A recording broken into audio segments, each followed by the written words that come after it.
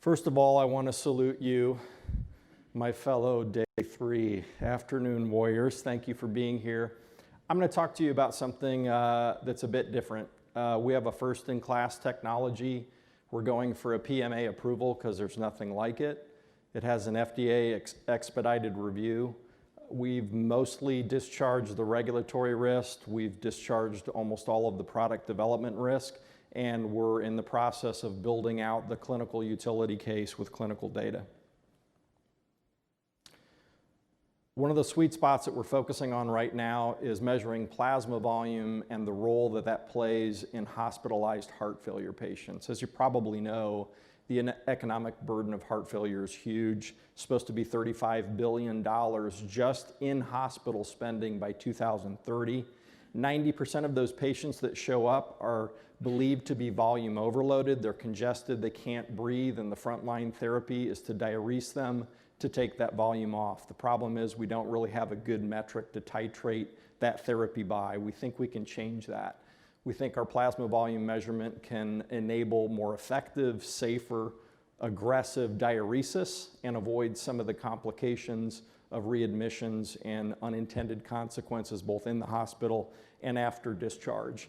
We're emboldened somewhat in that we just completed a heart failure trial that I'll show you a little bit of unpublished data on that will get published, we think, this year.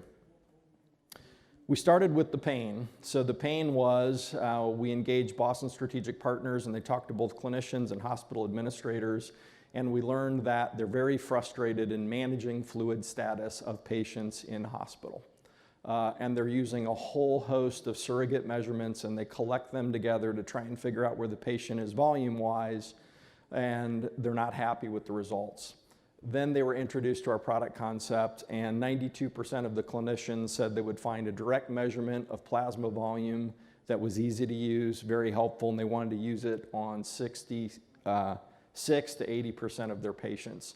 What I loved were the quotes that came out of it. We've shown a couple of them here. One that isn't on here, it was a pilot. He was a trained Navy pilot, and he said, when we're managing fluid in these patients, it's like flying a jet without instrumentation.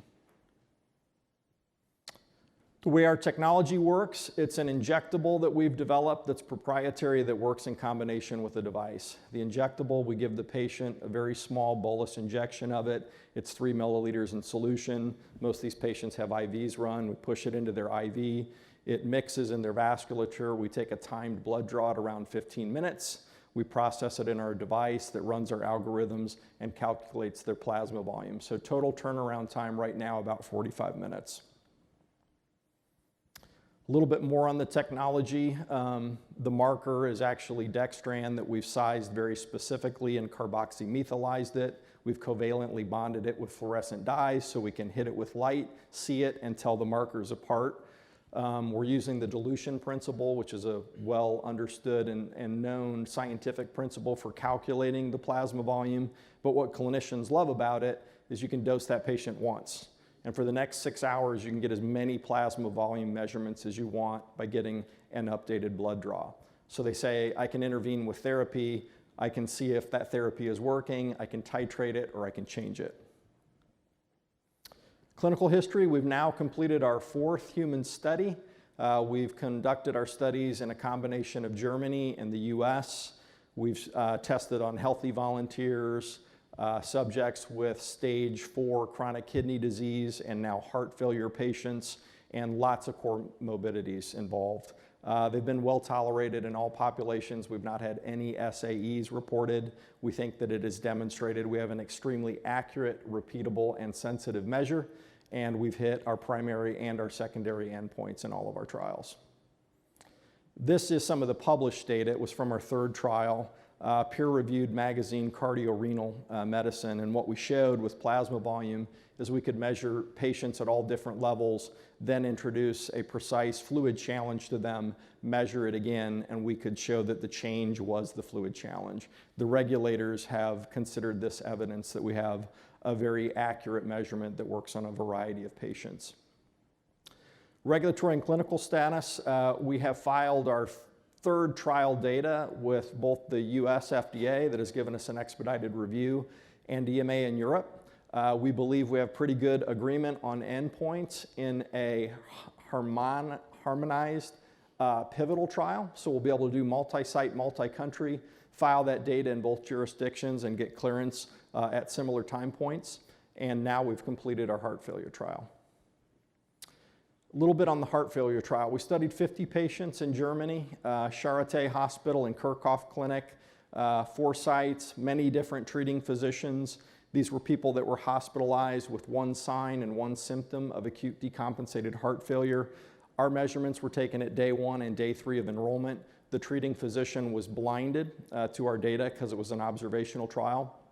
And then afterwards, our results were evaluated by statistical analysis and an independent data adjudication committee with experts in the field. What we learned was interesting.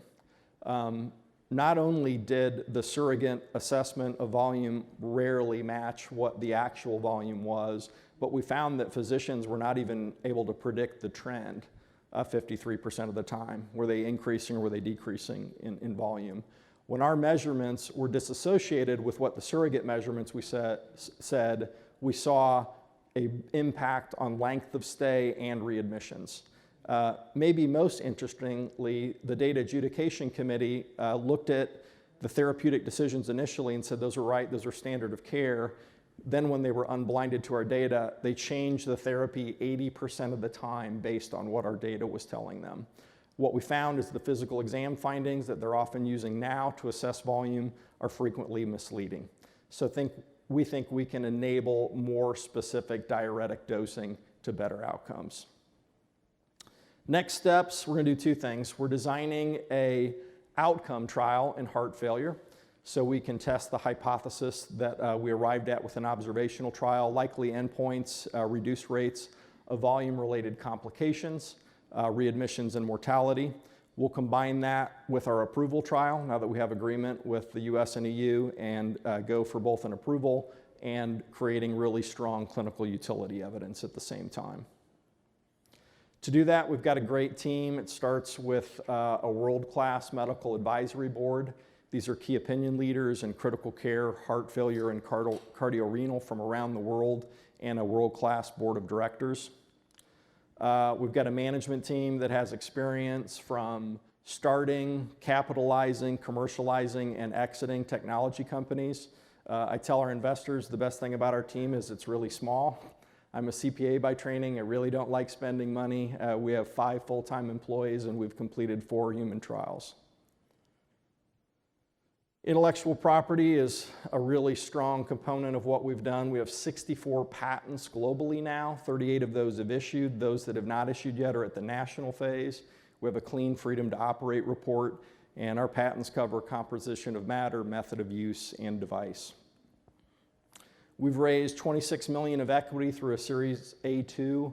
It's been a collection of regional venture funds in our area, as well as some support from Indiana University, who has the largest school of medicine in the US, and family offices, including one of a healthcare Fortune 500 CEO.